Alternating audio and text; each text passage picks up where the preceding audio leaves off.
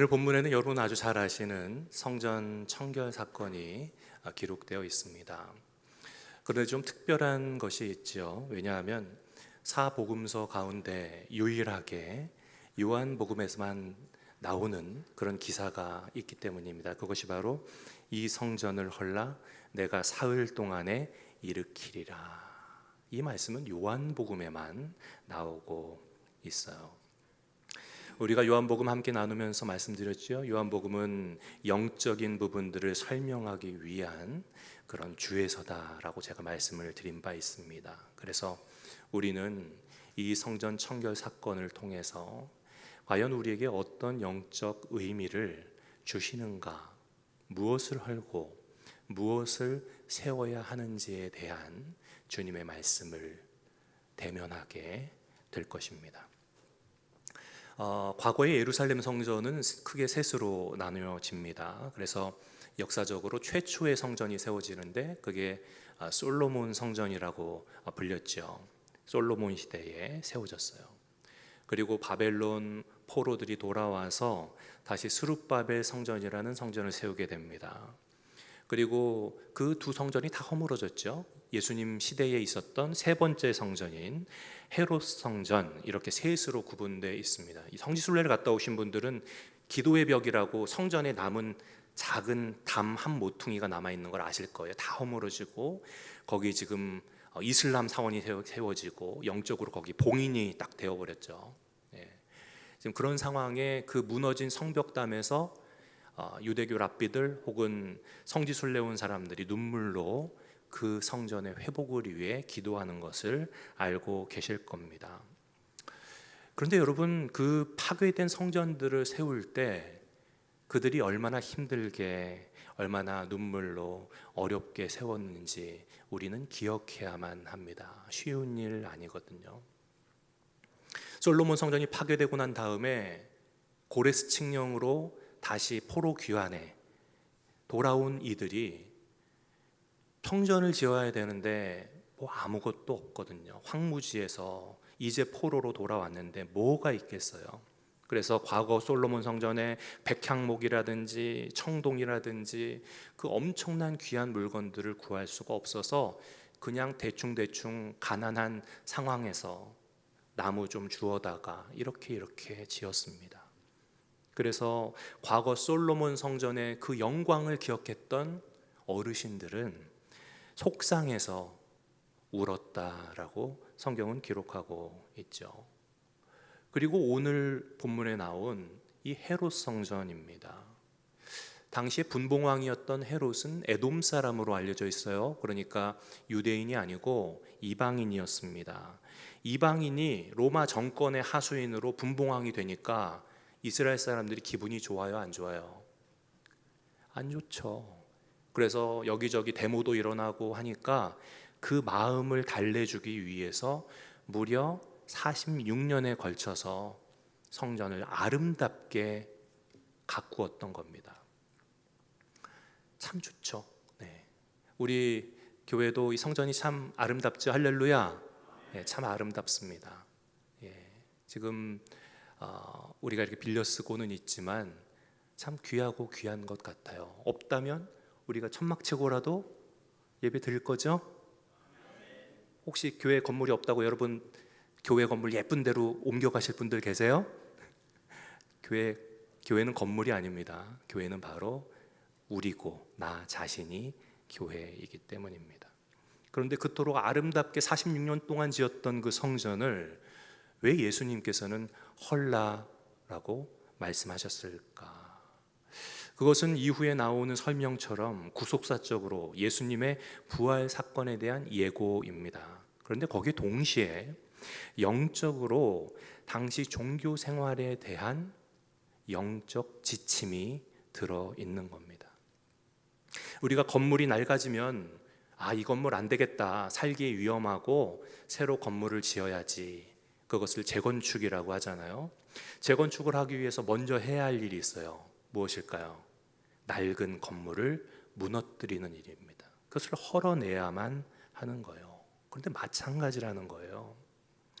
우리가 신앙생활을 더욱더 경건하게 주님 원하시는 거룩한 자녀들로 살아가기 위해서는 우리가 과거의 옛 것들을 허물어 내야 한다라는 겁니다. 당시에는, 그리고 이 말씀을 대면하는 오늘 우리에게 과연 헐어야 할 것이 무엇인가?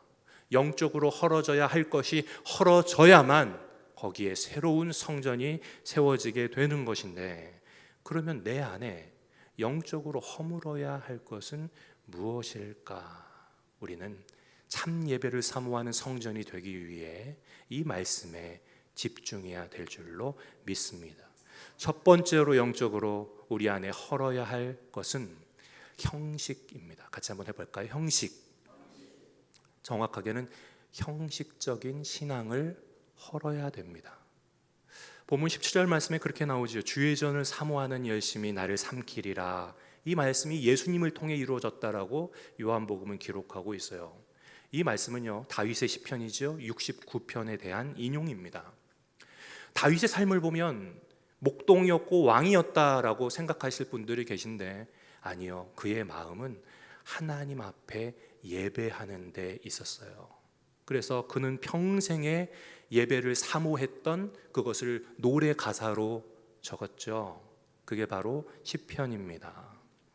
평생토록 예배를 사모하면서 그의 왕이 되자마자의 소원은 하나님의 언약궤를 예루살렘으로 모셔오는 것이었어요.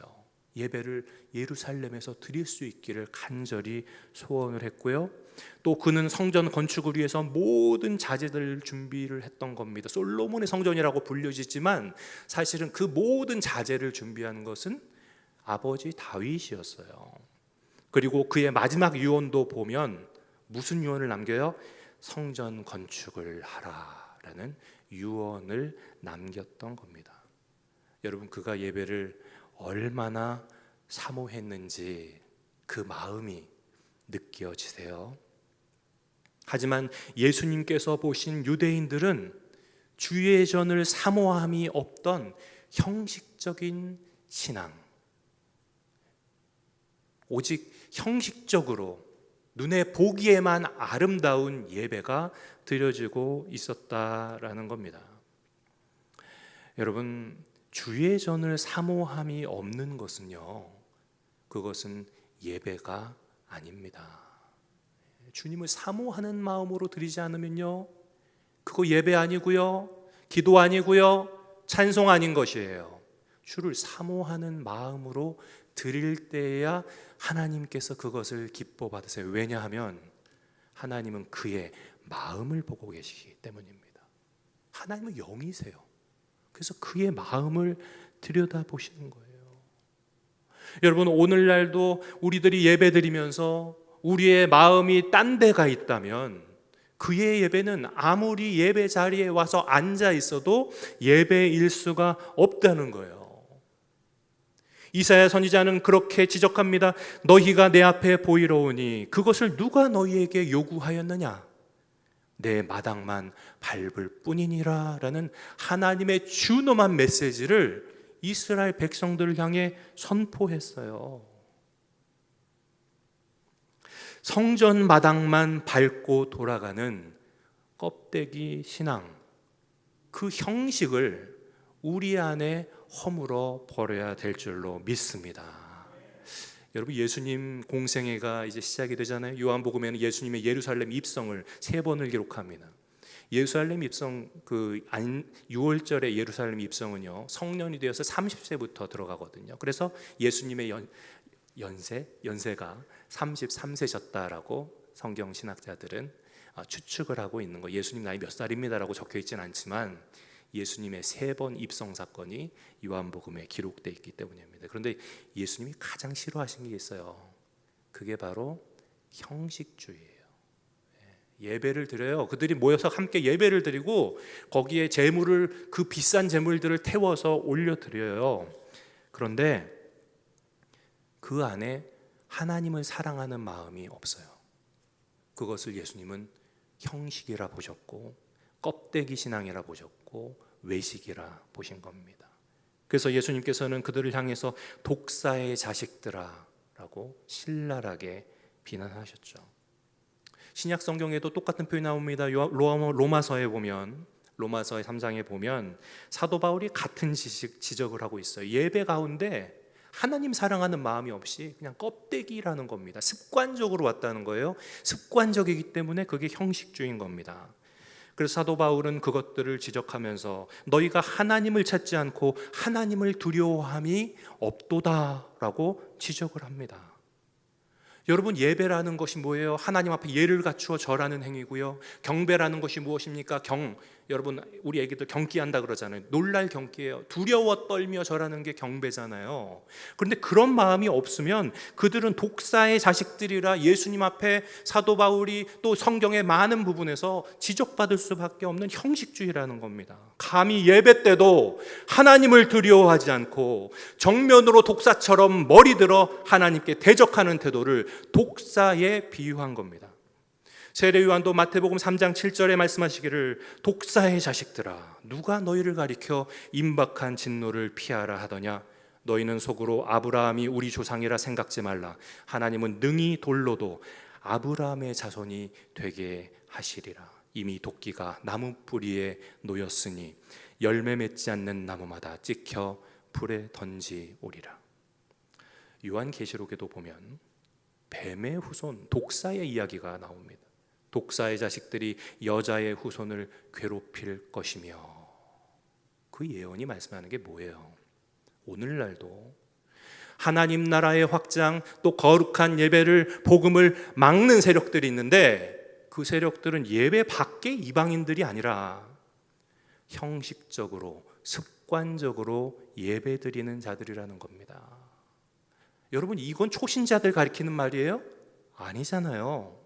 그게 형식이 되고 습관이 되려면 오래 예배드린 자들이에요. 먼저 된 자들입니다. 그들을 향해 지적하고 계신 거예요. 오늘날도 예수님께서는 형식적인 예배, 습관적인 예배를 드리는 자들을 동일하게 말씀을 통해 책망하고 계신 줄로 믿습니다. 우리 팬데믹 참 어려운 시기 지나왔죠. 어려운 시기였습니다. 성도들이 마음의 상처도 많이 입었고 또 힘든 시기를 거쳤어요. 사업들도 많이 망했고요.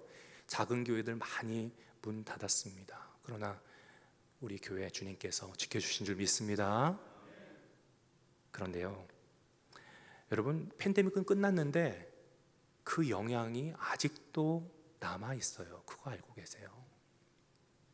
팬데믹은 끝났어요. 누구나 예배당에 나올 수 있어요. 누구나 마음 다하고 뜻 다하고 정성 다해서 예배드릴 수 있어요. 그런데 우리 안에 영적 게으름이 여전히 자리 잡고 있는 거예요.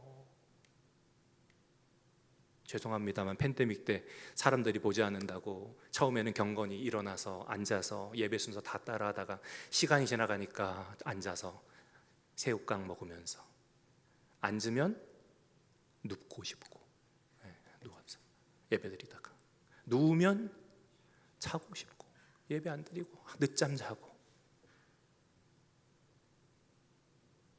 여러분 교회적 그 통계를 보면요, 지금 우리 교회들이 가장 큰 위기에 있습니다. 우리 교회뿐만이 아니에요. 모든 교회들이 팬데믹은 끝났는데 그 불경건한 태도들이 여전히 남아 있다는 거예요. 여러분 그 예배는 하나님 받지 않으세요.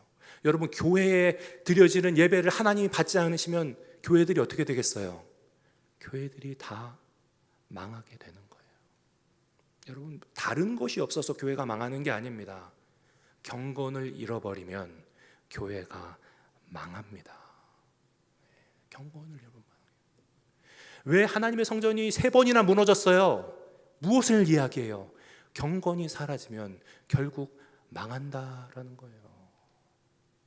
아무리 화려하게 치장하고 예배의 아름다운 그런 프로그램들을 갖고 와도요, 결국은 경건이 사라지면 교회는 망할 수밖에 없어요. 부디 형식적인 것들을 우리는 허물어야 합니다. 내 안에 형식적인 것, 습관적인 것이 있다면 그거 허물어 버리세요. 그 불경건을 나사렛 예수의 이름으로 명하여 쫓아내시기를 축원합니다. 형식적인 것들 무너져야 할 첫 번째입니다. 두 번째는 바로 물질주의입니다. 같이 한번 해볼까요? 물질주의. 우리가 만몬우상이라고 보통 이야기하잖아요. 황금 숭배 사상입니다.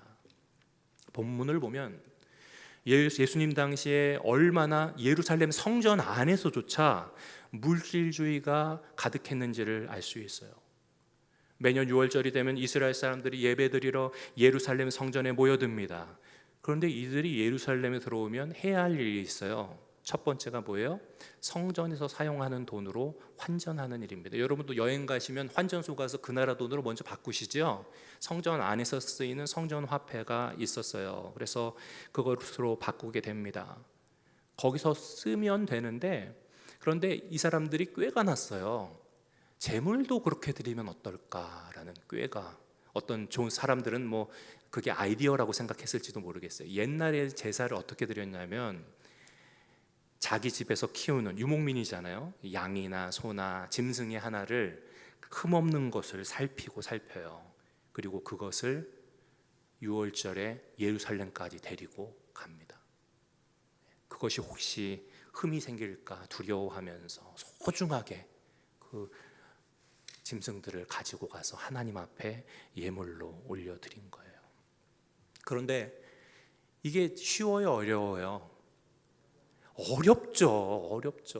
얼마나 어려워요. 그러니까 점점 꾀가 난 거예요. 이거 돈으로 바꿔서 내자. 돈 내면 되지 라고 생각을 했어요. 그래서 환전하는 사람들이 생겼는데, 이 종교 지도자들이 그것을 권리금을 받고 넘겼어요. 사람들에게. 엄청난 권리금이에요. 비즈니스 하시는 분들도 권리금 있잖아요. 그런데 이 사람들이 성전 안에서 하는 그 일을 그냥 맡긴 게 아니라 권리금을 주고 맡긴 거예요. 권리금을 받고. 권리금을 많이 내니까 어떻게 됩니까? 비즈니스 하시는 분들은 뭘 뽑아야 돼요? 본전을 뽑아야 되잖아요. 그렇죠? 이게 이익이 돼야지 그 많은 돈을 냈는데, 그래서 이를 악물고 환전을 한 거예요. 이를 악물고 했어요. 그리고 사는 사람들은 어땠을까요? 자기가 집에서 키웠던 양을 소중히 가져와서 하나님 앞에 드릴 때는 없었던 일이 발생했어요. 무엇인가 하면 흠있고 눈먼 것을 찾기 시작했어요. 왜요? 깎을 수 있으니까. 그래서 흠있고 눈멀고 어디 부족한 재물들을 찾고 그것을 하나님 앞에 하나님 받으시옵소서. 이 제사에 보면은 레위기 제사법에 그 제물의 머리에 제물 드리는 자가, 제사장이 아닙니다. 제물 드리는 자가 안수를 하게 돼 있어요. 예배 순서입니다. 하나님, 저의 죄를 이 동물에게 전가합니다. 하나님 받으시옵소서 해갖고 제사장이 각을 떠서 그것을 올려드려요. 7번의 제사법 중에 본인이 해야 할 일이 제사장이 할 일보다 더 많아요. 그런데 그 속에 하나님을 사랑하는 마음이 있어요, 없어요? 없어요. 형식, 습관, 결국은 그것이 더 썩고 썩어서 물질 숭배자가 되고 만 거예요. 여러분, 우리 부모님 세대는요, 큰 부흥이 일어났던 세대입니다. 그리고 큰 헌신이 있었던 세대입니다. 그때가 있었기 때문에 그 열매를 우리가 오늘 누리고 있는 줄 믿습니다. 우리 부모님 때 헌금 어떻게 했는지 알고 계세요? 헌금을요, 다리미로 다렸어요. 장사하면서 받았던 그 꼬깃꼬깃한 돈을 이거 어떻게 하나님 받으셔? 이거 어떻게 하나님 받으셔? 다리미를 가져다 그 돈을 다린 거예요. 여러분 돈 다려 보셨어요? 돈 다려 보셨군요. 돈은요 종이가 아니에요. 면으로 되어 있습니다. 옷하고 똑같아요. 면바지 뭐 이런 거 있지 않습니까? 재질이 똑같아요. 그래서 돈은 다리면 펴져요. 저도 오늘 말씀을 준비하면서 헌금을 준비하는데 좀 돈이 너무 오래된 돈이어서 저도 다렸습니다. 많이 펴졌어요. 많이 펴졌어요.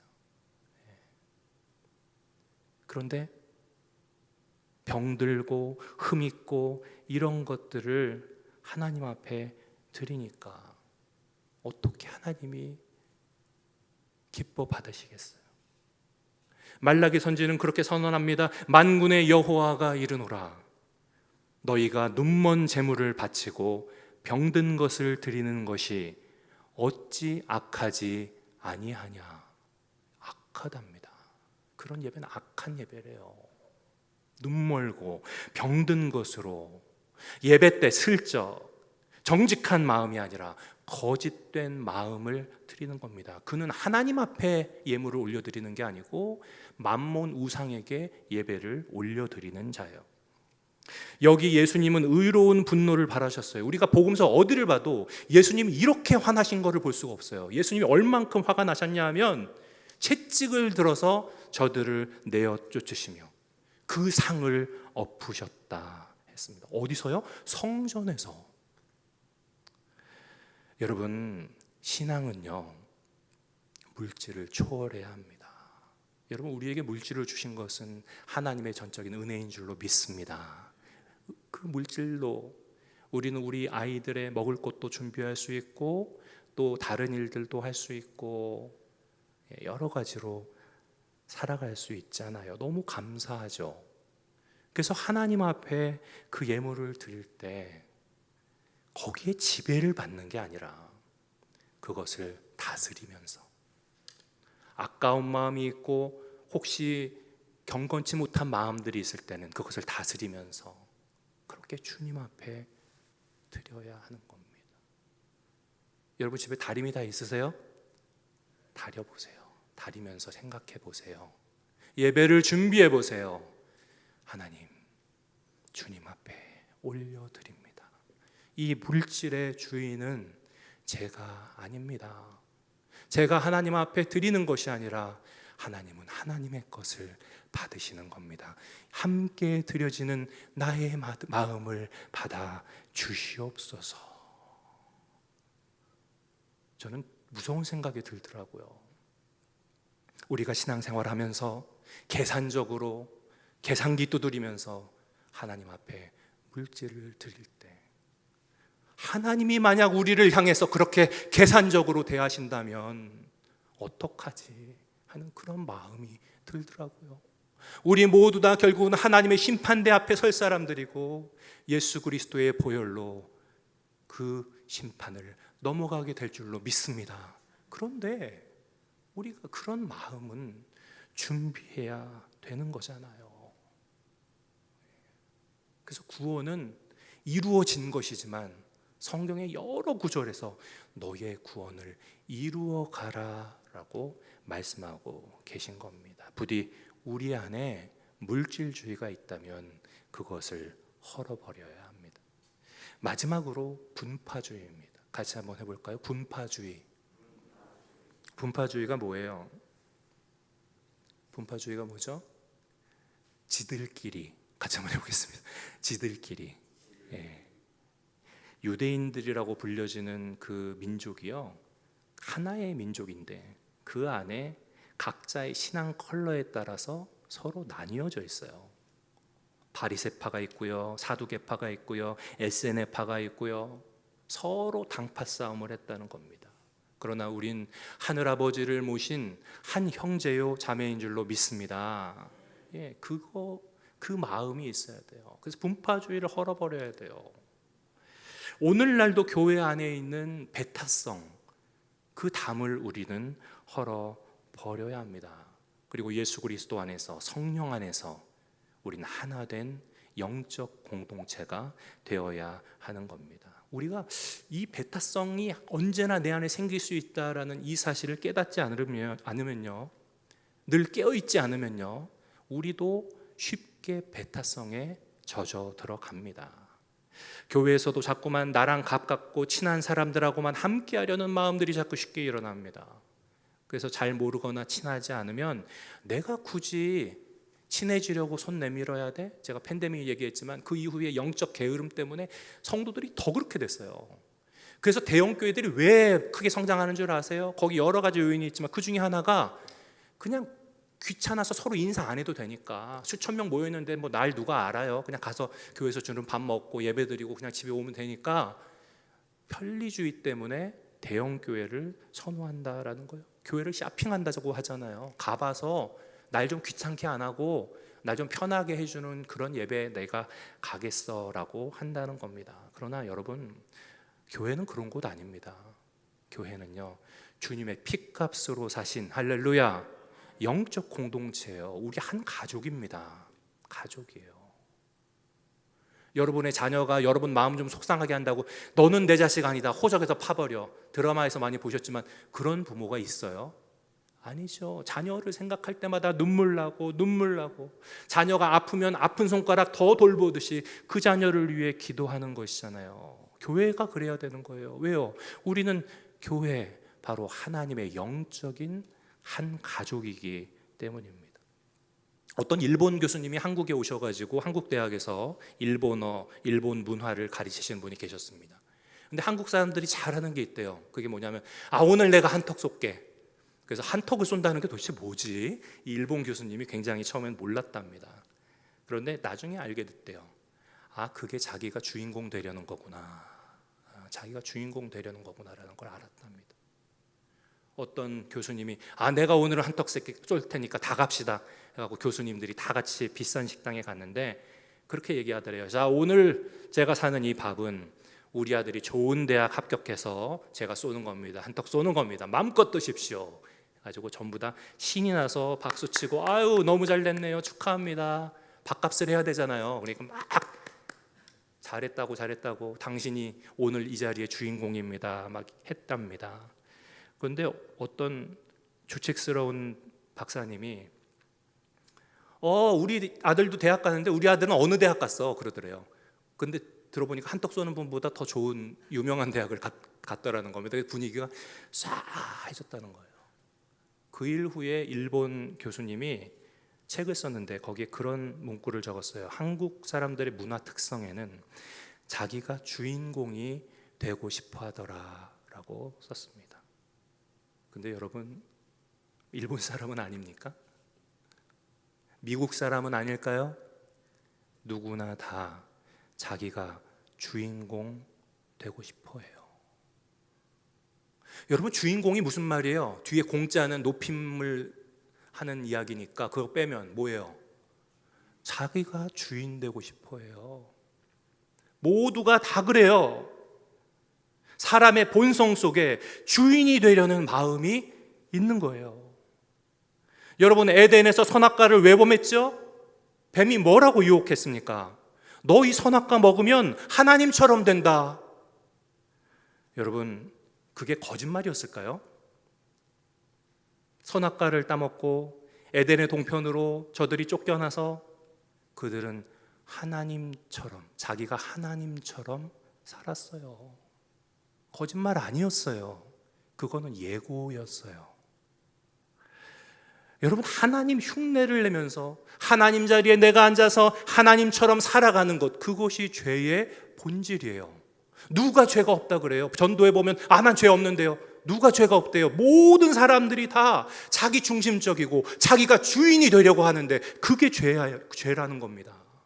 자기 판단으로 세상이 내 중심으로 돌아가기를 원해요. 그래서 신앙생활은 그 배타성, 주인이 되려 하는 마음들, 그것들을 허물어 버려야 되는 겁니다.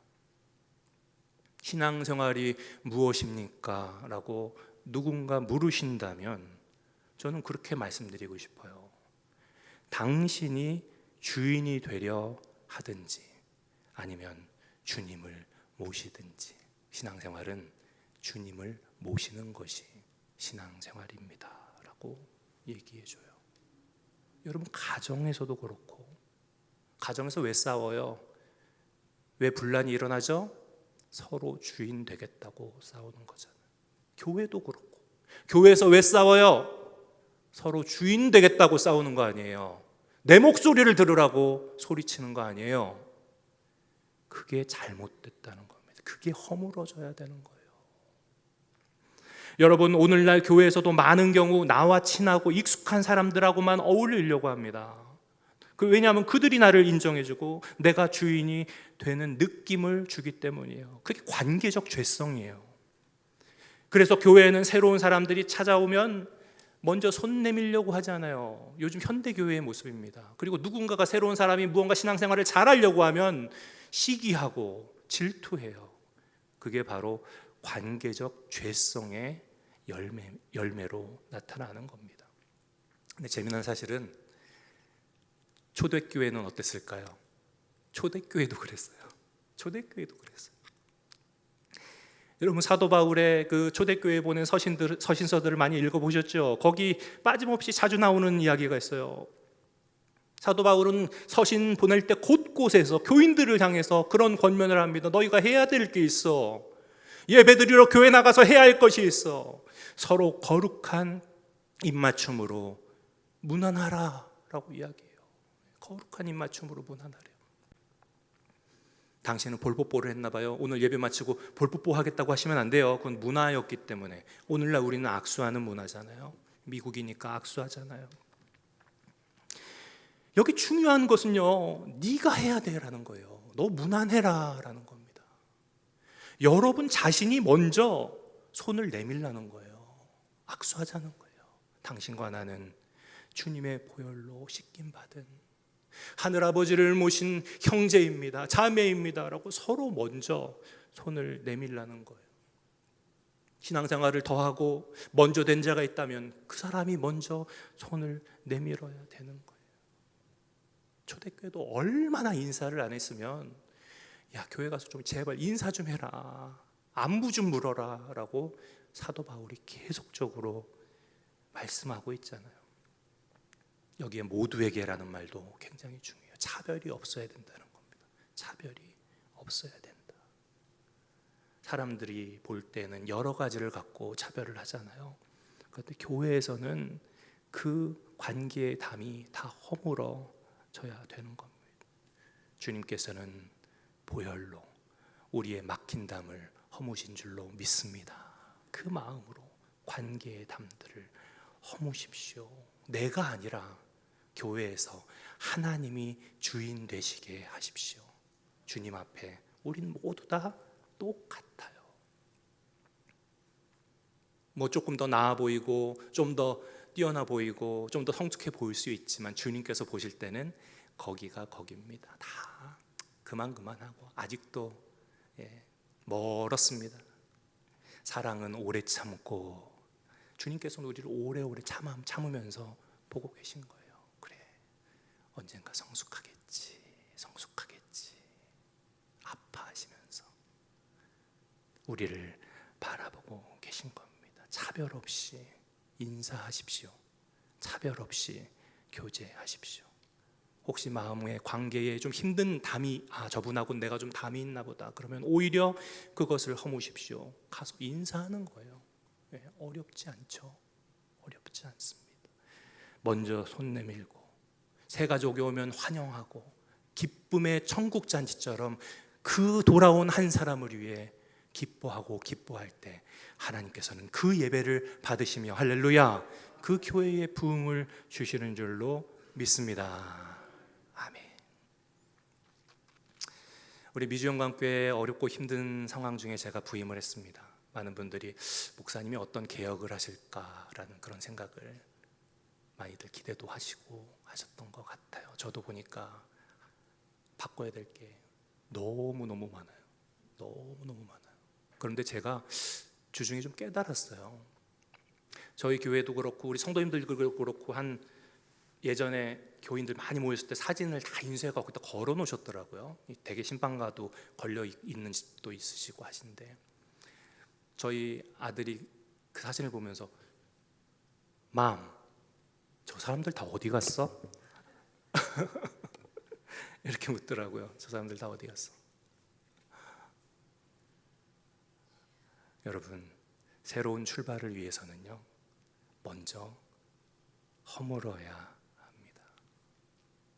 저한테 그런 사람을 통해서든 그런 메시지를 주셨어요. 아니, 교회가 선교도 안 하고 선교 안 해서 우리 교회 얼마나 많이 떠나는데요 라는 말씀들을 여러분이 하셨어요. 교회가 선교를 안 한다, 그럼 교회 아니잖아요. 그래서 선교 헌금을 준비를 했습니다. 교회는 건물이 아니에요. 교회는 나이기 때문에 교회가 선교를 해야 된다는 메시지를 저의 메시지로 받고 은행에서 찾은 빳빳은 돈으로 주님 앞에 예물을 준비해서 오늘 올려드립니다. 일반 헌금이 너무 꾸깃꾸깃하더라고요. 야, 똑같은 돈이 없나 찾아봤는데 그 돈이 없어요. 그래서 이거는 또 달이라는 말씀이구나. 그래서 다림을 꺼내서 그것을 다려 보았습니다.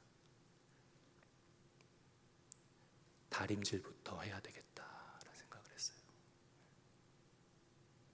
사랑하는 성도 여러분, 우리 교회 사랑하시죠? 네. 그리고 이 교회를 통해 드려지는 예배와 모든 헌신들 여러분 사랑하시는 줄 믿습니다. 그런데 힘들고 어려운 일들이 있으면 우리 마음에 담이 쌓이고요, 열심히 하려고 했던 마음들이 실족하기가 쉬워요. 하지만 우리 안에 있는 그런 쌓인 담들을 허물어내시고 청소를 하십시오. 그리고 그곳에 여러분들의 심령에 하나님의 전을 가꾸어 가시기를 축원합니다. 가꾸지 않으면 망가지는 거예요. 여러분, 가드닝 하시는 분들이 와서 가드닝 안 하면 금방 잡초가 우거지고 엉망이 되죠. 내버려 두면 망가지는 거예요. 만약 내가 나의 영적 생활이, 신앙 생활이 가꾸지 않고 여러 가지 핑계로 내버려 두고 있었다면 이제는 가꾸십시다. 그래서 숫자가 중요한 게 아니잖아요. 하나님 기뻐하시는 우리 예배를 올려드리십시다. 그것이 저와 여러분에게 주신 하나님의 영적인 숙제인 줄로 믿습니다.